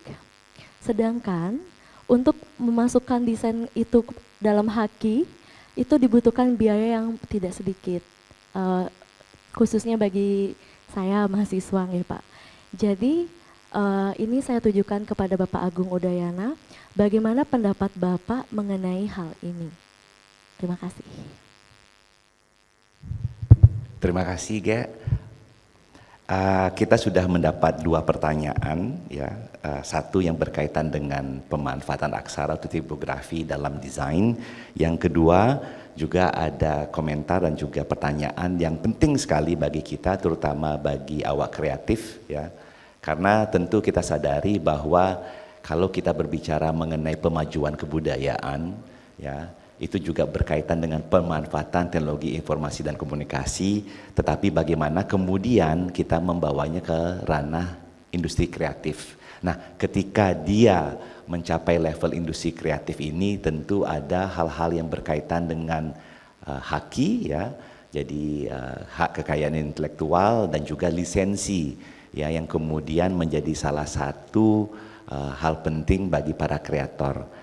Saya persilakan kepada narasumber, kedua narasumber untuk memberikan komentar dan juga saran kepada para penanya tadi. Silakan. Kami mulai dengan Pak Ana Agung Dumun. Oke, terima kasih atas pertanyaannya. Pertanyaannya memang bagus-bagus dari kedua penanya. Yang pertama kepada Pak Sudike Negara dari ISI Denpasar ini menanyakan terkait dengan penciptaan huruf. Ya pada intinya memang terus saja tadi saya lihat, waduh berarti saya kelupaan nih. Terima kasih atas anunya nih, apa namanya, saran dari Pak Sudike nih. Sebenarnya huruf itu bisa kita juga desain dengan kaitannya dengan apa namanya, segara ini atau samudra ini. Karena huruf itu kita sebagai orang desain itu sebenarnya apa namanya, wajib mendesain juga hurufnya. Jangan kita hanya bisa mempergunakan huruf yang ada di komputer itu saja, misalnya Arial dan lain sebagainya. Jadi kita desainer itu wajib hukumnya untuk membuat desain huruf juga dalam sebuah desain kita. Saya membuat desain, Bapak Ibu bisa lihat desain-desain saya yang ada di mana namanya, di GIA-nya dan di mana yang tersebar, itu semua huruf-hurufnya kita desain sesuai dengan media yang ingin kita sampaikan, ya seperti itu. Jadi huruf sangat bisa dipergunakan untuk mengkaitkan dengan tema-tema Segara saat ini, sangat memungkinkan hal itu, sehingga para desainer sangat bisa di samping huruf, kan saya bilang tadi kan, dalam desain, kalau kita ngomong desain komunikasi visual kan, desain visual itu elemen-elemennya terdiri dari warna bisa bersumber dari Segara yang saya sampaikan tadi, terus berkaitan dengan ilustrasi itu bisa ilustrasi gambar tangan, bisa fotografi, gambar tangan itu bisa kartun, gayanya kan bisa gaya komik dan lain sebagainya, itu bisa. Dan itu ada satu adalah tipografi, sekarang tipografi bisa dipergunakan itu. Jadi juga saya sampaikan bahwa tidak hanya tipografi dan lainnya, dari komponen-komponen desain itu ya bisa kita angkat ke permukaan. Yang dalam, kalau Bapak Ibu baca tulisan saya menggunakan teknologi global yang namanya Ethnoscape, Mediascape dan lain sebagainya. Itu memungkinkan kita lokalisasi namanya. Jadi muatan budaya kita angkat menjadi global. Jadi masyarakat paham tentang hal itu, tentang bagaimana muatan lokal. Sekarang kan sudah marak banget terkait dengan muatan itu. Mungkin langsung saya akan menjawab dari pertanyaan kedua dari Bu Aryati ya gitu ya. Ayu dari fashion ya, jadi alumnus kita ya terkait dengan itu, dunia global. Memang ininya tantangan kita adalah penciptaan itu desain. Kalau desain yang kita buat biasanya kita ada watermarknya kan, itu tidak bisa dia ini. Tapi kalau kita jual di creative market, itu betul-betul sebelum masuk ke creative market betul-betul di filter dia. Kalau kita jualan di sana, misalnya Bu Ayu bisa jualan desain fashion ya di creative market, di filter Bu. Kalau Ibu menggunakan, misalnya Ibu menggunakan program apa dalam mendesain itu, misalnya Photoshop, itu Photoshopnya nggak boleh bajakan. Jadi orang desain sekarang harus paham itu kalau jual di dunia digital. Kalau bajakan terdeteksi dia, oh Anda menggunakan sistem bajakan, nggak bisa dia masuk dijual. Begitu juga kalau fotografi ya, kita ada wajah yang jelas, Anda jual karya foto Anda akan dimintai oleh market digital itu adalah model realis namanya, persetujuan dari model yang ada di foto tersebut. Jadi Anda harus, kalau Anda sekarang nih motret pawai PKB, jepret, orang mererot nih, wajahnya kelihatan, itu Anda harus mintain dia model realis namanya. Kalau Anda ingin jual di market digital, nah seperti itu gininya dia. Nah kalau sudah di market digital ya otomatis kehaki dia. Jadi siapa yang ambil secara digital dia harus bayar, ya kan? Kalau enggak bayar ya nggak bisa dia, kecuali dia itu. Tapi memang kalau kita unggah di sosial media, seperti saya punya teman yang banyak dia mendesain endak, ya kain songket seperti itu. Saya sarankan dia daftarkan haki dulu sebelum dia unggah di Instagramnya dia. Gitu. Saya bantu kemarin kalau mau Bu Ayu bantu, memang bayarnya cuma 400.000. Tapi kedepannya kan terprotek dia desain kita. Tidak bisa dijiplak. Kalau ada jiplak ya mau enggak mau dia harus bayar royalti ke kita. Karena kita sudah daftarkan haki. Jadi haki itu umurnya dia 50 tahun. Sekarang gampang sekali kita daftarkan haki, Bapak Ibu bisa masuk ke webnya, mendaftarkan diri, ya via itu. Kalau benar ditelusuri, keluarlah hakinya, kita bayar 400.000. Tapi ada komponen-komponen yang bisa didaftarkan.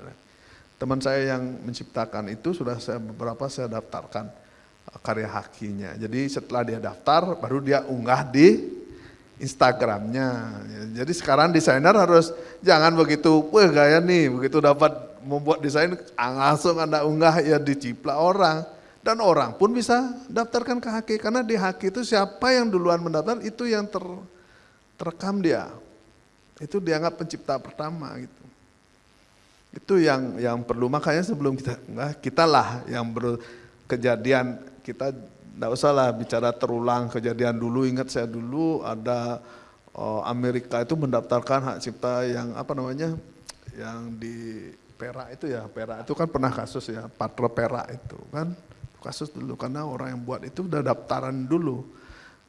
Dan ngedesain kan kita orang folklore, orang-orang dulu kan seperti itu. Nah kita sebagai orang desainer dan bergerak di bidang desain dan media, mohon ini juga hargai karya kita. Jadi sebelum kita unggah atau sebelum ini kita harus daftar ya. Sama kayak karya logo saya, sebelum saya serahkan ke klien, saya daftarkan Haki. Karena Haki beda dengan paten ya. Kalau Haki itu adalah penciptanya itu yang punya hak ciptanya. Kita kan menciptakan desain pasti ada jejak digitalnya kan, sebelum orak-oreknya, pertemuan dengan klien, perubahan desain dan lain sebagainya. Haki itu ya penciptanya. Tapi kalau paten tuh, kalau sudah dibeli desain kita nggak boleh mematenkan. Orang yang membeli inilah yang mematenkan. Dia yang berhak menggunakan desain kita. Misalnya logo saya nih, udah dibeli oleh perusahaan A. Perusahaan A lah yang berhak menggunakan logo tersebut. Saya udah nggak boleh. Tapi Haki tetap pada diri saya. Saya penciptanya gitu. Ya seperti itu. Sama dengan Anda misalnya membuat desain songket misalnya. Hakinya milik Anda kan, ciptanya. Tapi kalau desain songket Anda sudah dibeli oleh si A, patennya milik dia kan. Dia berhak mau ngapain tuh, kan? Seperti itu, berhak mempergunakan desain songket Anda misalnya seperti itu kan, atau desainnya Anda. Jadi itu yang terjadi. Jadi kita sebagai desainer, zaman teknologi sekarang harus juga melek terhadap teknologi apa yang disyaratkan. Karena di dunia market itu sangat ketat. Tidak boleh menggunakan, di Indonesia kan banyak nih gampang nih buat desain pakai Adobe Illustrator bajaan, ya nggak mungkin Anda bisa jualan di dunia teknologi market gitu, market teknologi. Harus yang original, ya. Mau nggak mau Anda harus beli, desainer nih harus beli, ya kalau baru belajar ya boleh lah kan, tapi kalau udah expert ya janganlah, harus yang original semua kan dipergunakan. Jadi sekarang kan banyak sekali ya perkembangan tool design yang bisa kita gunakan ya toolnya. Jadi pakailah yang memang originalnya sehingga kita tidak bermasalah kemudian hari kalau kita menjual via teknologi itu. Itu ya, saya rasa itu Pak.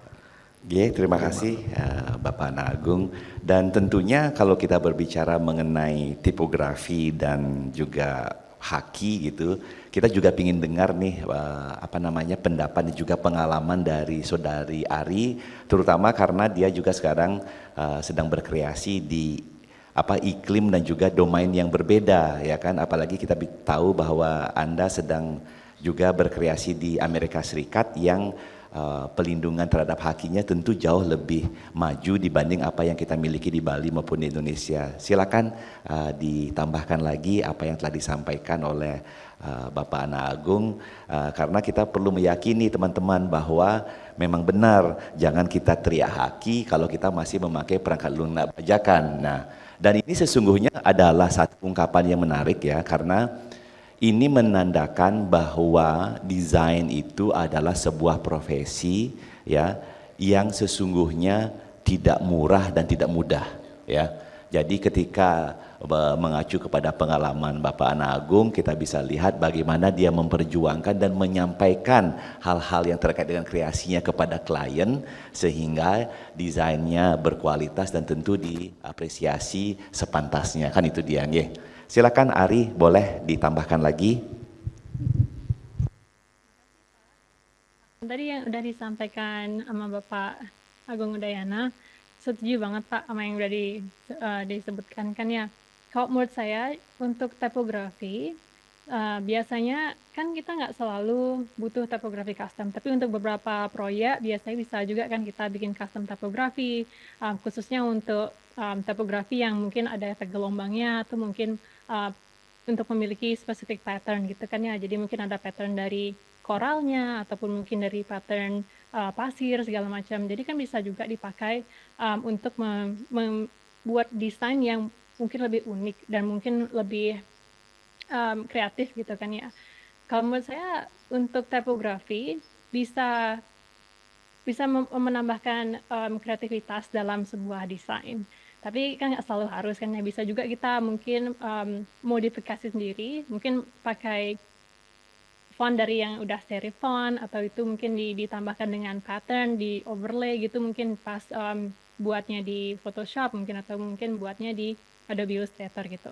Nah, kalau mungkin untuk mendesain font yang custom untuk sebuah proyek itu juga bisa kan ya.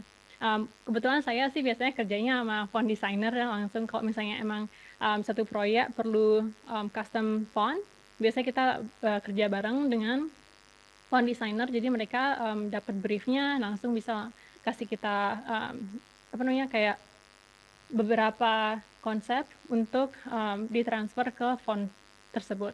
Jadi tergantung dengan proyeknya kita bisa langsung ambil font dari Creative Market atau kita bisa modifikasi sendiri atau bekerja sama dengan font designer. Nah, balik lagi untuk typography, kalau menurut saya typography itu menarik karena kan kalau misalnya kita membuat satu proyek kan tergantung kan ya, proyeknya bisa juga dari proyek web design atau bisa untuk proyek user experience atau UX tadi disebutkan, atau mungkin ini untuk poster gitu kan. Tergantung dengan proyek masing-masing, kita bisa membutuhkan font yang custom atau kita bisa membutuhkan font yang memang sudah ada di Creative Market, jadi kita tinggal purchase itu dan bisa dipakai langsung di dalam desain tersebut. Untuk font sendiri loh, kemudian saya, font itu punya kreativitas sendiri-sendiri. Kan kita udah tahu ya untuk yang di DKV pasti udah familiar dengan tipe-tipe font, ada yang font serif, sans serif, terus juga ada display gitu kan ya. Biasanya untuk font custom kita bisa langsung lihat ke display. Untuk yang di display font kita biasa lihat font-font yang lebih menarik karena lebih unik untuk dipakai sebagai headline atau untuk dipakai sebagai logo juga bisa kan ya. Jadi untuk kebutuhan font itu sendiri menurut saya tergantung proyek dan juga tergantung perminatan dari klien dan konsep dari kita juga. Ini kan yang namanya mengkreasi dan membuat desain untuk sebuah proyek itu kan sebagai kolaborasi antara desainer dan juga antara perusahaan tersebut atau dengan klien. Jadi kalau misalnya kita dapat proyek dan si klien bilangnya ini harus unik, dan ini harus ada apa namanya ada kreativitas yang bisa di trademark gitu kan. Jadi kan kita ada membahas tentang haki dan juga copyright. Jadi kalau misalnya kita membuat proyek yang lebih ke identitas atau lebih ke merek, itu kan memang harus yang unik kan ya, nggak bisa yang hanya standar yang cuma mungkin dari Times New Roman ataupun dari Arial. Itu kan pasti kita harus bisa mengkreasi desain yang memang bisa dibuat trademark sendiri-sendiri pada perusahaan tersebut. Jadi harus bisa bikin yang lebih unik, harus bisa lebih yang identitasnya itu bakal bisa berbeda dibandingkan dengan kompetitor mereka. Kalau menurut saya sih harus punya pemahaman tentang apa sih yang bisa bikin beda gitu kan ya. Kalau misalnya perusahaan ini dia bedanya di mungkin di resepnya mereka, atau mereka mungkin punya approach ataupun legal yang lebih memahami industrinya mereka. Apapun yang bisa kita pakai sebagai materi dan membuat merek tersebut itu menjadi lebih unik, kita harus bisa tampilkan di grafis solusinya kita kan, bisa itu lewat logonya, bisa itu lewat fontnya ataupun lewat akses visual lainnya. Itu tantangan kita sebagai seorang desainer, menurut saya. Mungkin itu dulu dari saya, Pak. Kalau ada tambahan, silakan. Terima kasih Hari. Jadi nanti memang tujuan utamanya itu tujuan akhirnya adalah membuat logo dan juga pemanfaatan tipografi yang kemudian bisa kita lihat tadi seunik juga dengan apa yang telah Anda lakukan untuk Sikalovia ya. Nah ini hadirin saya mohon aplausnya bagi kita semua dulu. Kami sudah mempunyai 1-2 pertanyaan dari peserta yang turut secara daring, namun izinkan saya juga ya turut serta dalam diskusi ini karena kedua narasumber ini tetap juga tadi menghadirkan bagaimana esensi dan juga pentingnya gitu sebagai seorang kreator bisa memanfaatkan teknologi informasi dan komunikasi, tidak hanya dalam kaitannya, tidak hanya terkait dengan mempromosikan karya-karya dan mempublikasikannya, tetapi juga dalam proses kreasinya.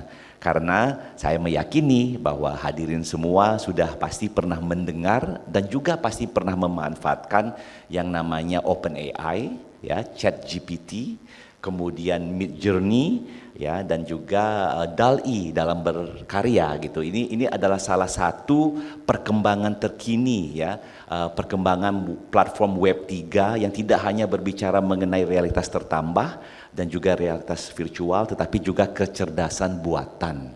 Nah, saya ingin pertama menanyakan kepada dua narasumber gitu ya, bagaimana gitu kita sebagai kreator, terutama kreator-kreator dari Bali yang punya keunikan ya, punya kedalaman filosofi dan juga kreasi yang begitu beragam ini bisa ya memanfaatkan kecerdasan buatan untuk memajukan dan juga menyebarluaskan pesan-pesan ya dan juga desain gitu ya.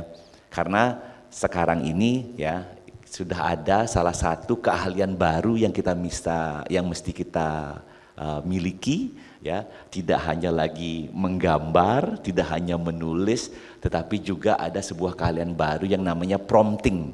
Ya, prompting itu memberikan perintah kepada kecerdasan buatan. Dan saya yakin semua teman-teman sudah pernah melakoni hal ini gitu. Nah, silakan saya mulai dulu dengan Bapak Anagung Bagus, pendapatnya mengenai perkembangan kecerdasan buatan ini dan juga aplikasinya. Silakan. Terima kasih atas pertanyaannya nih, Bli Marlu. Ini memang perlu diskusi panjang sebenarnya kalau kita bicara tentang teknologi sekarang ini, karena teknologi kan berkembang. Kita sekarang ini kan sangat susah membendung teknologi kan, susah kali kan. Gimana cara kita stop nih teknologi jangan masuk ke Bali, nggak bisa. Seperti halnya sama di daerah saya dari Ubud, daerah pariwisata yang bagaimana Gojek bisa di stop, tidak bisa boleh masuk ke daerah pariwisata, itu kan banyak ya viral ya, pasti teman-teman lihat di IG kan. Tapi mau enggak mau ya sekarang Gojek udah bisa masuk ke daerah saya Ubud, karena kan enggak bisa kita menyetop teknologi. Saya ingat nih apa yang disampaikan Prof. Bandam nih, bapaknya Pak Mal. Dulu itu saya ingat Prof. Bandam menyampaikan bahwa siapa yang menguasai teknologi itulah yang menguasai dunia, itu terjadi saat ini kan. Itu ingat saya berapa 10 tahun yang lalu itu kalau nggak salah Prof. Bandam menyampaikan itu saya ingat terus. Kayaknya saya dengan teknologi, karena saya di bidang desain komunikasi visual, dengan teknologi itu selalu saya berusaha update, walaupun kita terus terang aja. Kita PNS untuk mengajar teknologi sangat mahal sekali kan, kita update selalu kan. Terkait dengan teknologi mungkin saya cerita dulu sebelum menjawab nih Bli Marlu. Jadi update teknologi sangat ini ya, walaupun kita desainer sangat terbatas, proyek terbatas untuk membeli alat-alat dan lain sebagainya. Saya ingat dulu zaman dulu dapatkan proyek mendesain, saya hanya punya PC itu membuat desain karena cetak ini yang high quality harusnya kan, motret dengan RAW kan, adik tahu kan bagaimana berapa giga perlu kebutuhan itu ya, berapa beratnya mendesain dengan itu karena kebutuhan cetak ini, karena yang saya buat adalah karya lukis ya, susah sekali kan membuat katalog lukis yang harus sama, kita potret, cetaknya harus sama dengan lukisan itu, tidak boleh turun kapasiti dan sebagainya. Satu file itu saya simpen, saya tinggal mandi. Dan sampai kadang-kadang rusak dia ini, kalau rusak kita rugi kan. Hard disknya itu berat dia karena saking lamanya dia menyimpan. Seperti itu. Nah saya berpikir lagi, beralihlah mungkin tanda kutip nih menyebutkan merek di sini, beralihkan ke Macintosh itu dan mulai perbedaannya jauh sekali. Jauh sekali mulai dengan teknologi itu karena kita orang desain yang perlu quality visualnya perlu berkualitas bagus ya untuk cetaknya kita yang clear ya seperti itu perlu kualitas yang bagus sampai saya terus terang aja jadi Mac saya itu saya karena nggak bisa saya kalibrasi setiap bulan itu harus dikalibrasi tuh monitornya biar sama hasil cetakannya sehingga saya bawa ke percetakan saya samain kalibrasiin dengan monitor yang ada di percetakan. Sejauh itu loh saya melakukan sebuah desain untuk menghasilkan karya yang terbaik untuk desain seperti itu. Jadi teknologi tidak kita bisa bendung, mau tidak mau kita harus mengikuti teknologi itu walaupun tertatih-tatih atau bagaimana ya mau tidak mau kita harus paham dengan teknologi yang disampaikan tadi. Bahwa teknologi sekarang sangat berkembang seperti yang saya presentasikan tadi, AI, ChatGPT kan, argumen reality juga berkembang. Saya sekarang beberapa disertasi anak bimbingan saya membuat penelitian tentang itu, argumen reality, udah itu virtual reality dan lain sebagainya. Nah, yang saya ceritakan tadi ChatGPT pun sudah hadir nih. Perintahnya misalnya buatkan saya desain logo, itu keluar dia. Keluar 3 alternatif dia keluar. Ya dari alternatif itulah misalnya logo ini warnanya saya tidak cocok misalnya seperti itu kan. Itu dirubah warnanya. Warna Anda pilih ada ribuan warna kan kalau kita lihat. Warna apa aja kan dirubah. Nah sebegitu sekarang dahsyatnya itu mungkin websitenya Anda cari sendiri ya. Saya tidak akan kasih tahu berarti nanti Anda terlanjur keenaan seperti itu. Tapi pada intinya ke depan yang saya sampaikan, kita tidak akan menjual karya kita ke desain, tapi ke ChatGPT itu kita jual. Dialah yang jual kepada ada yang akan menggunakan itu. Sama contoh dengan creative market nih. Kita nih banyak nih jual ke creative market kan, desain-desain kita dibandingkan kita jual ke karena banyakan dapat tuh. Seperti yang saya bilang teman saya atau alumnus kita tuh dia buat tipografi aja, dia jualnya hanya ke creative market, dia enggak nyari klien lagi, dia hanya jualan di sana. Jadi karya seumur hidup tuh muncul di creative market, karya tipografinya dia. Ada yang akan menggunakannya tinggal dia beli di creative market atau di mana. Atau Canva membeli di creative market juga kan seperti itu. Atau yang lain atau ya mungkin saya juga menduga seperti itu. Sama dengan kita mendesain. Nah seperti dikatakan Ari tadi, Ari kan mempunyai desain tipografi sendiri kan, desain font sendiri dia. Kalau kita desain tidak sempat mendesain font ya kita beli di creative market. Kalau sudah beli kan berarti kita legal menjual desain kita kan seperti itu. Karena kita sudah membelinya kan. Dan halnya kita mencurinya atau mengambil ini dalam karya desain kita gunakan tipografi yang kita ambil ya nggak boleh sebenarnya, ilegal ya kan, ilegal desain kita kan seperti itu. Tapi kalau kita udah beli di creative market kita berhak menggunakan. Karena pernah katanya, ini cerita sama saya dia dipakai oleh sebuah TV nasional, tipografinya ya dituntut TV nasionalnya, akhirnya mau membayar royalti itu. Padahal dia yang punya tipografi itu dijual di market ternyata diambil di suatu tempat atau ditiru. Ya nggak bisa juga karena dia sudah duluan yang menjual seperti itu. Jadi artificial intelligence dan bagaimana kita memberikan perintah itu sangat mudah sebenarnya. Sangat mudah di dunia sekarang ini. Maka dari itu kita sebagai desainer harus memprotek diri dulu gitu dengan cara kita daftarkan sebelum kita yang seperti saya katakan tadi, sebelum kita unggah di sosial media, sebelum kita unggah karena sosial media itu ini ya modelnya lapisan demi lapis. Coba teman-teman lihat nih, pagi lihat Facebook misalnya kan, ada barang misalnya sepatu Nike nih, saya mau beli sepatu Nike ini, lihat iklan di Facebook kan. Begitu Anda tutup Facebooknya, Anda tinggal mandi, wih tadi saya lihat Nike loh, di mana Anda buka Facebook, Anda kan enggak bisa nyari, susah kan? Karena begitu menit tuh numpuk tuh. Informasi itu dahsyatnya ini. Sehingga Anda susah mencari di mana tadi yang saya lihat, Anda scroll ke bawah nggak ketemu-ketemu, Anda ini nggak ketemu karena numpuk banyak.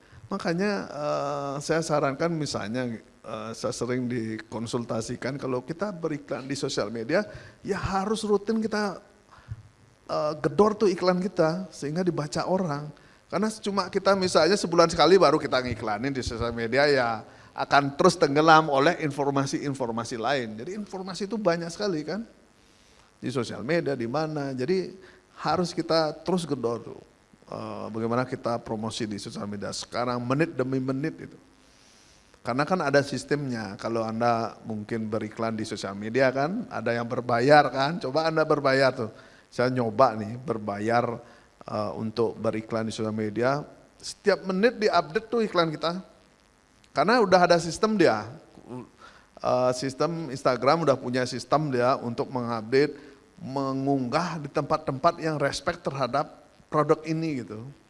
Dia akan unggah tuh. Makanya kita di zaman teknologi digital ini kita akan punya banyak profesi. Kita bisa jualan di mana-mana, kita bisa jualan A, jualan B, jualan C. Tidak hanya jualan desain, desain pun bisa jualan apalah yang kita bisa kita jualan kan. Di sini, di sini, di sini, di sini. Itu udah kelebihan sekarang media teknologi digital kan. Beda dengan dulu kita hanya bisa berikan di media, koran kan hanya gitu aja, koran terbit sekali, kecil lagi misalnya seperti itu kan. Sekarang udah enggak kan. Ya seperti itu, teknologi digital. Jadi itu kira-kira yang bisa saya jawab nih. Terima kasih, luar biasa. Jadi susah sekali dibendung teknologi ini, mau tidak mau kita harus ngikut, apalagi munculnya ya seperti katakan Bli Marlo, ada AI, ada lainnya. Nah ini kalau Saudari Ari yang memiliki sebuah studio desain gitu, apakah pernah gitu ada klien yang datang sudah membawa brief desain yang memanfaatkan kecerdasan buatan? Saya Pak, klien kita mereka nggak pernah ngasih perintah ya. Biasanya kolaborasi kita dengan klien kita tuh mempercayai kalau kita bisa mengambil ide-ide kita dan juga kebutuhan mereka sendiri terhadap proyeknya. Jadi kalau untuk AI ataupun untuk ChatGPT, Midjourney, semuanya itu kita pakai untuk menghasilkan inspirasi ya. Jadi pas misalnya kita ada proyek nih, misalkan proyeknya tentang untuk web design pasien kanker ya, itu kan beberapa proyek yang kita kerjakan sekarang.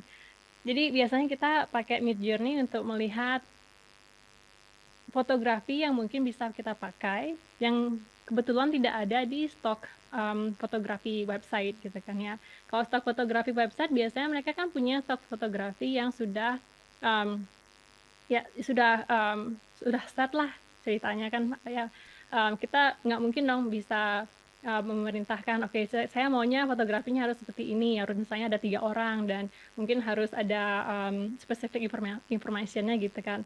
Untuk Midjourney kita kan bisa kasih perintah, kita maunya untuk mungkin ada 3 grup wanita dan harus mungkin ada ombak di belakangnya mereka, atau mereka ada di pantai, atau mereka ada di mana gitu kan. Jadi untuk proyek-proyek yang kita ambil biasanya Midjourney itu kita pakai untuk inspirasi dan juga ambil fotografi yang mungkin untuk lebih spesifik pada proyeknya kita.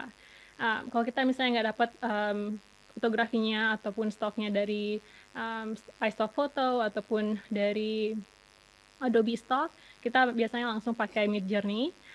Untuk ChatGPT kita biasanya juga pakai itu untuk menganalisa strategi diskusinya kita. Jadi biasanya kan ada banyak tuh diskusi yang biasanya kita lakukan dengan klien, dan kadang ini susah banget untuk menelusuri summary-nya itu apa ya.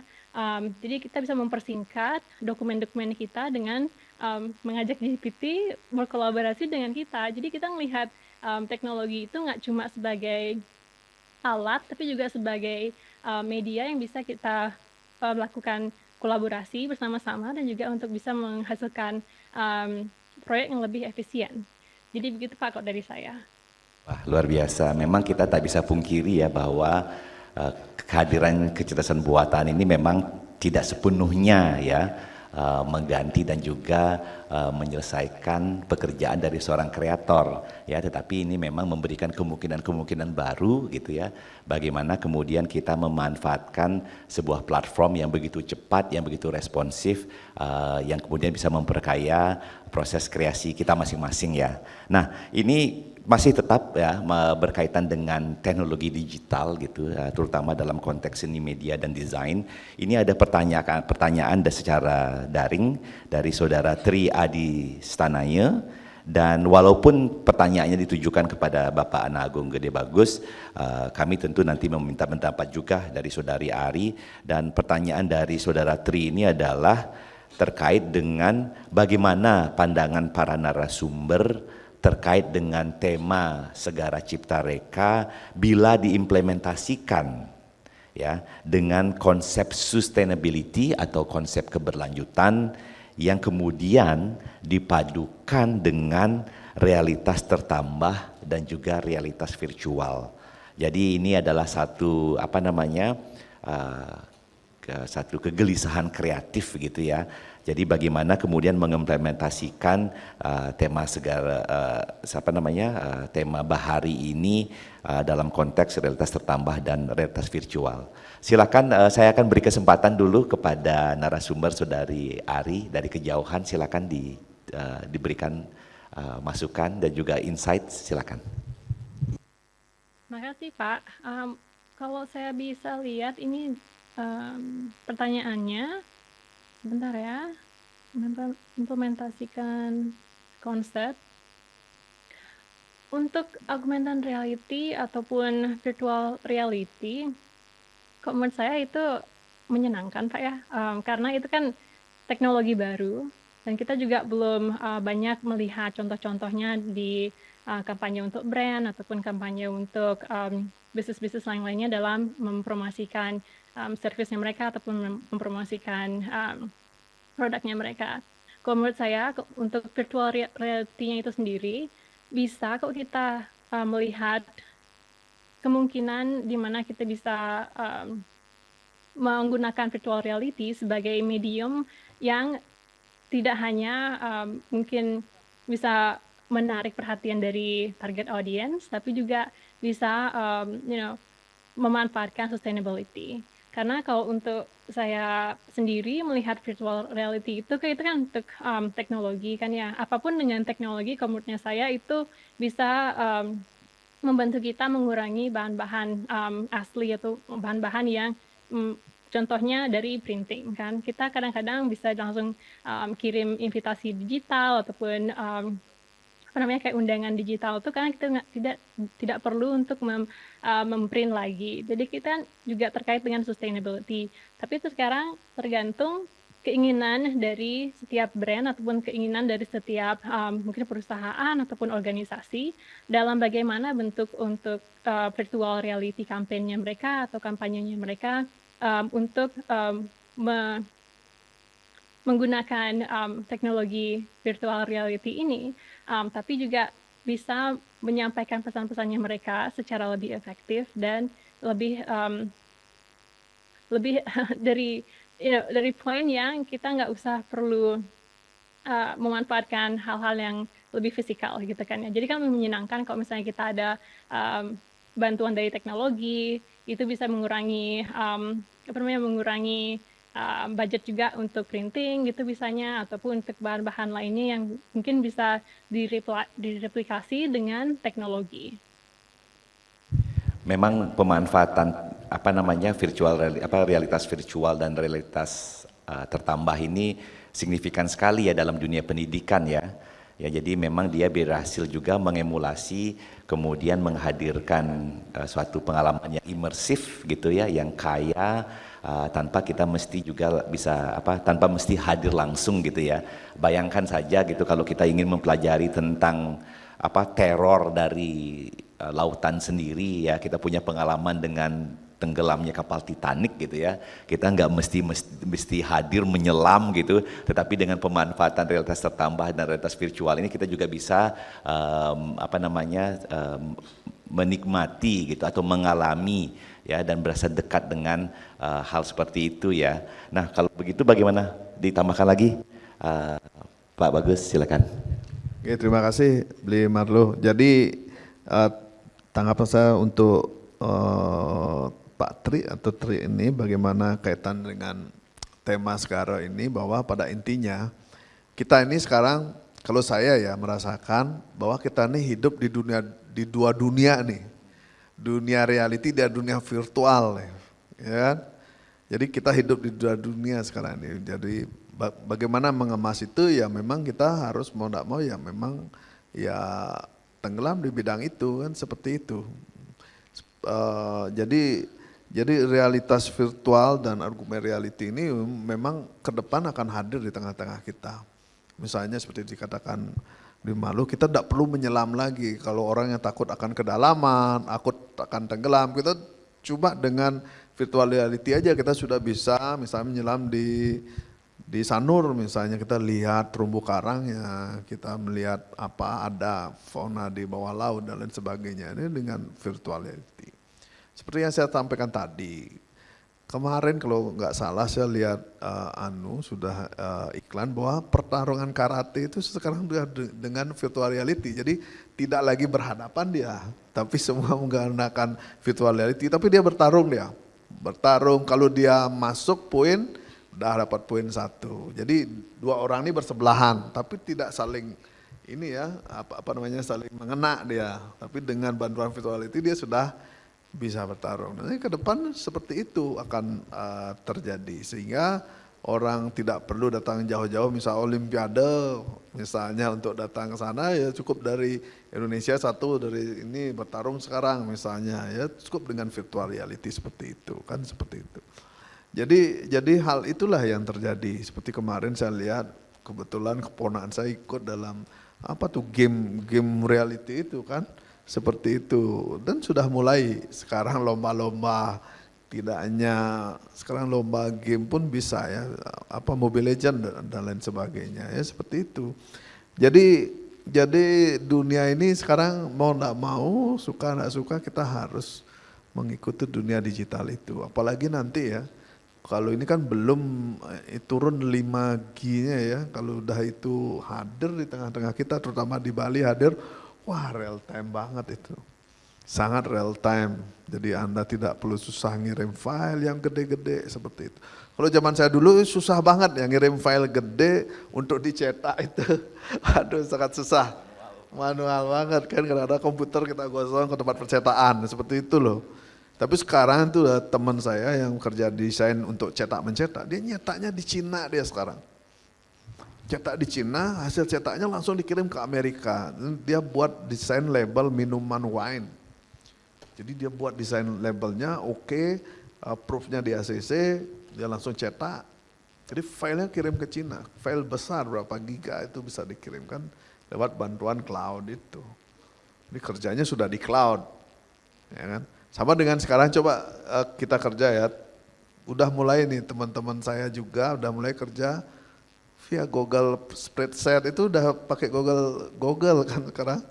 Udah dia, kalau dia sedang ngerjakan, misalnya membuat nih tugas kantor nih, dia sedang ngerjakan di Google, udah kelihatan, sini lagi kerja nih ininya, kita tunggu dulu selesai kerja, baru kita kerjakan. Jadi satu file tuh kerjakan rame-rame bisa gitu.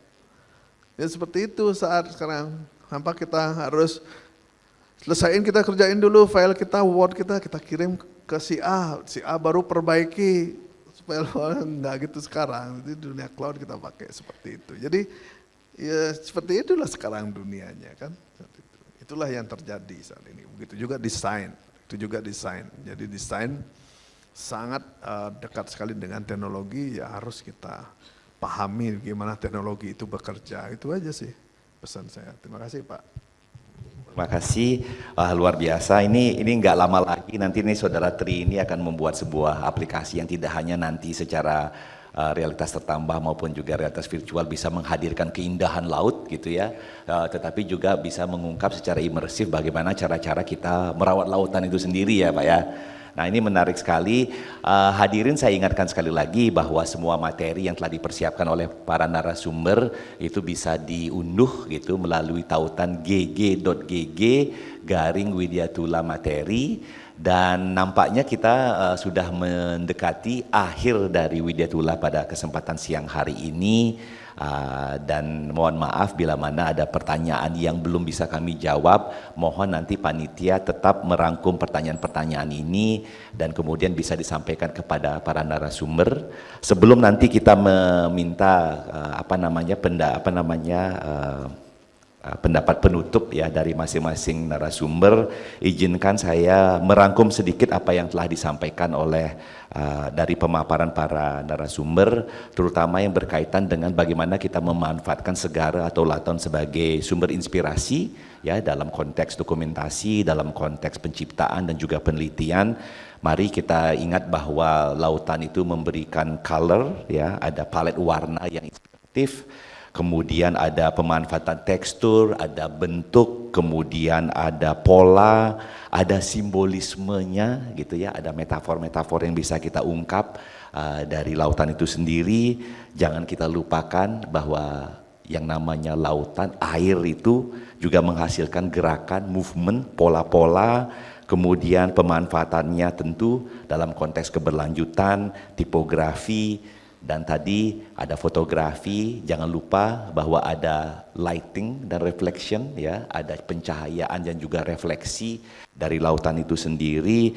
Dan yang satu yang mesti kita ingat bahwa Bali ini gitu ya mempunyai begitu banyak kisah ya, begitu banyak kisah dan juga konsep filosofis negara gunung. Kemudian kita punya legenda-legenda yang terkaitan lautan itu sendiri, pemutaran Gunung Bandaragiri untuk mencari Tirta Amerta. Nah kisah-kisah ini tentu berkaitan dengan lautan, bisa menjadi inspirasi. Dan Widyatula pada hari ini bisa kita simpulkan menunjukkan keterkaitan timbal balik antara seni, media dan desain, dan juga kekayaan maritim dan bahari kita. Satu, lautan memberi inspirasi dan motivasi bagi kita bersama untuk berkarya, dan tentunya sebagai salah satu medium untuk menyampaikan pesan, seni, media dan desain ini juga menjadi salah satu pilar pemajuan dan juga pelindungan dari kebudayaan dan peradaban maritim yang kita miliki. Hadirin, saya akan, sebelum kita tutup bersama-sama, kami akan minta kepada Bapak Anak Agung Gede Bagus Udayana dan juga kepada Saudara Ari kemudian untuk menyampaikan kesimpulannya dan juga menyampaikan pendapatnya, kesan dan pesannya, tips and tricks ya bagi para kreator muda yang bergabung di Cita Kelanganan ini dan juga yang tergabung secara daring. Oke, silakan masing-masing, kami beri waktu 2 menit. Baik, terima kasih. Mungkin kesimpulan terakhir bahwa budaya yang kita miliki di Bali ini sangat banyak dan beraneka ragam, terutama kaitan dengan laut.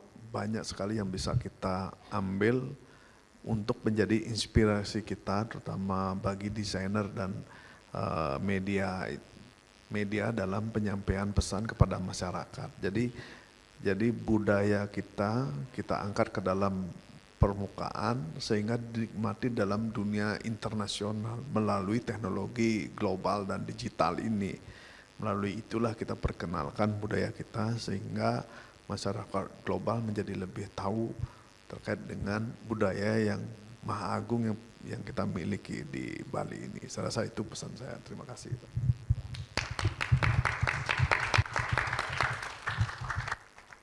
Silakan Saudari Ari.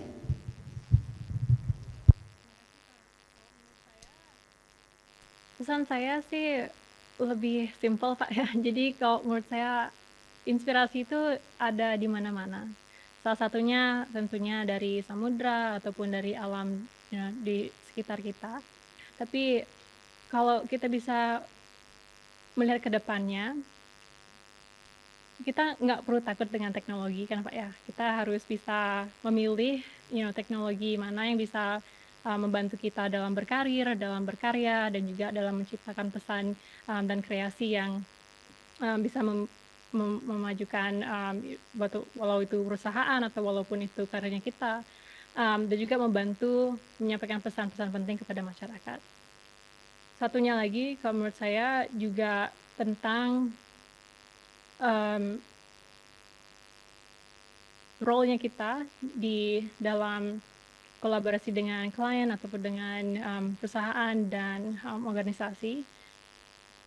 Setiap desainer punya inspirasi tersendiri, dan kita juga punya pandangan tersendiri dan perspektif tersendiri terhadap konsepnya ataupun terhadap filosofi dan kemampuan yang bisa kita gabungkan dengan karya-karya kita sendiri lewat desain ataupun lewat karya-karya lainnya. Jadi kalau menurut saya selalulah kita bisa memajukan diri sendiri dengan bantuan dari teknologi ataupun dengan inspirasi dari alam dan filosofi yang kita dapatkan dari budaya sendiri.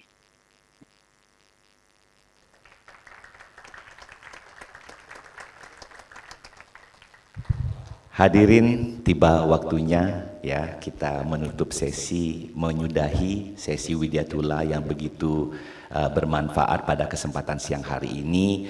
Sekali lagi, Widyatula yang bertemakan Segara sebagai sumber penciptaan seni desain dan media ini ya adalah salah satu ya agenda acara dari Pesta Kesenian Bali.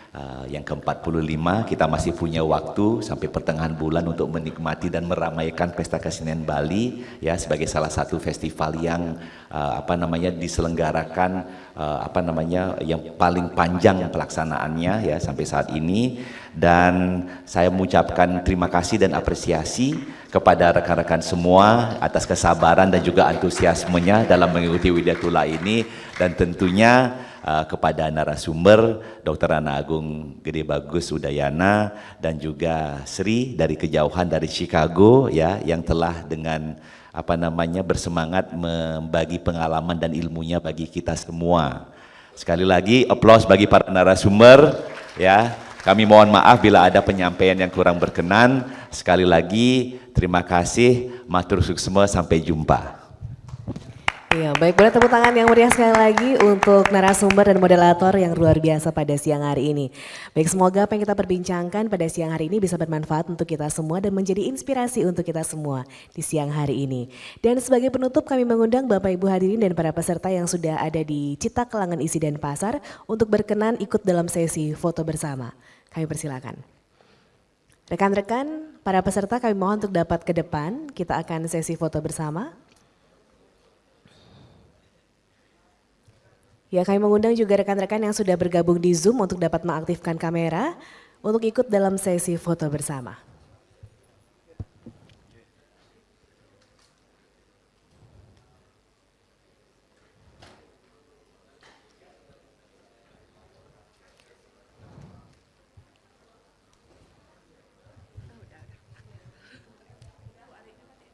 Oh.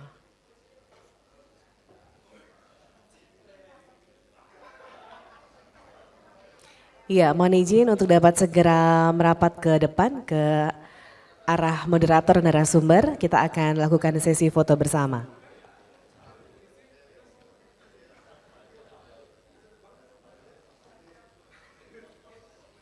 Ibu Ari, kami mohon untuk dapat stay sejenak. Kita akan sesi foto bersama. Terima kasih.